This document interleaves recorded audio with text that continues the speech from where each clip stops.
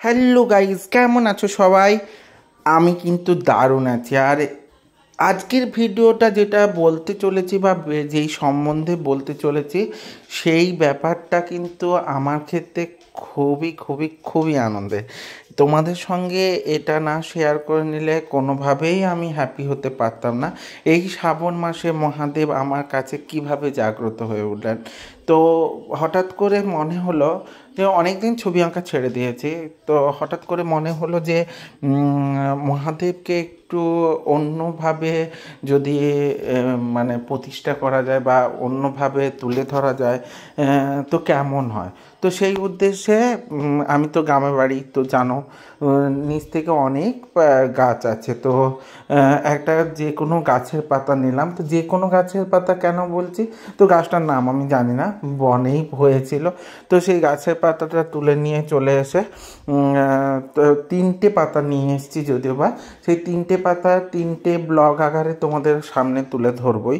তো প্রথম যেটা বলছি, তো এই ছোট্ট পাতাটা নিয়ে এসে ওনার উপর মানে ওই পাতাটার উপর ওনাকে প্রতিষ্ঠা বা অধিষ্ঠিত করার জন্য আঁকতে বসে গেছি। কোনো রকম কিন্তু পেন্সিল বা অন্য কোনো স্কেচ করিনি।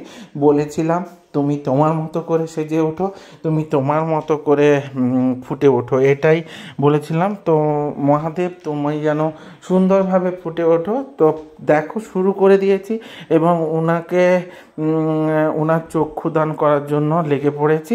তো আমার কিন্তু দারুণ লাগছিল, বেশ এক্সাইটিং লাগছিল এবং এই ধরনের কাজ কিন্তু আমি আগে কখনোই করিনি। এত বছর পর হঠাৎ করে এরকম একটা কনসেপ্ট মাথায় আসবে আর এটা করতে বসে যাব, এটা শুধুমাত্র কিন্তু তোমাদের জন্য। আর মহাদেব চেয়েছিলেন বলেই কিন্তু সম্ভবপর হয়েছে। তো তোমরা কিন্তু দেখতে থাকো শেষ পর্যন্ত ওনাকে কেমন করে রেডি করলাম এবং কেমনভাবে উনি সেজে উঠলেন, সেটা কিন্তু অবশ্যই ব্লগটা শেষ পর্যন্ত দেখতে হবে। তো রং তুলি ওটা কিন্তু আমার কাছে থাকে। তো ব্লু কালার দিয়ে মহাদেবকে মানে যোগ মুদ্রায় বসে আছেন এরকম একটা মূর্তি তৈরি করার চেষ্টা করেছি। তো দেখতে থাকো। মোটামুটি স্কেপটা তো হয়েই গেছে। তো স্কেপটা তোমাদের কেমন লাগছে?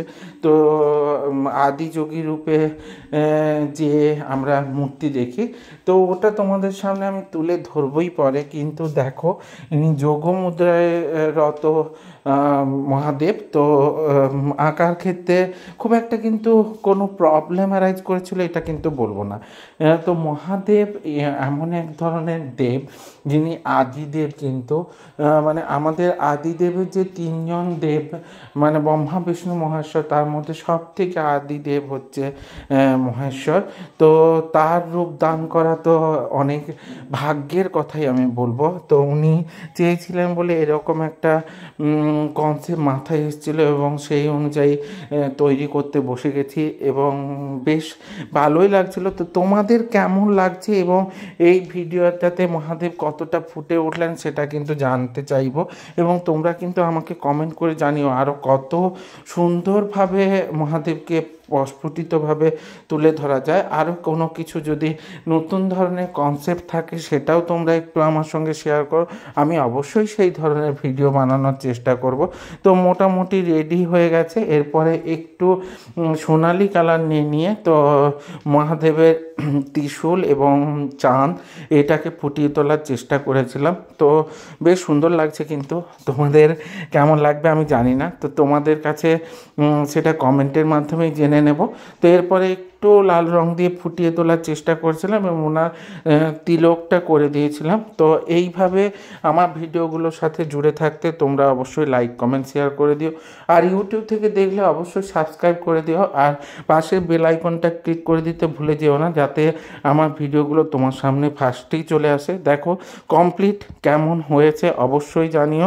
তো সাথে থেকো, সঙ্গে থেকো, জুড়ে থেকো এবং পাশে থেকো কিন্তু। টাটা।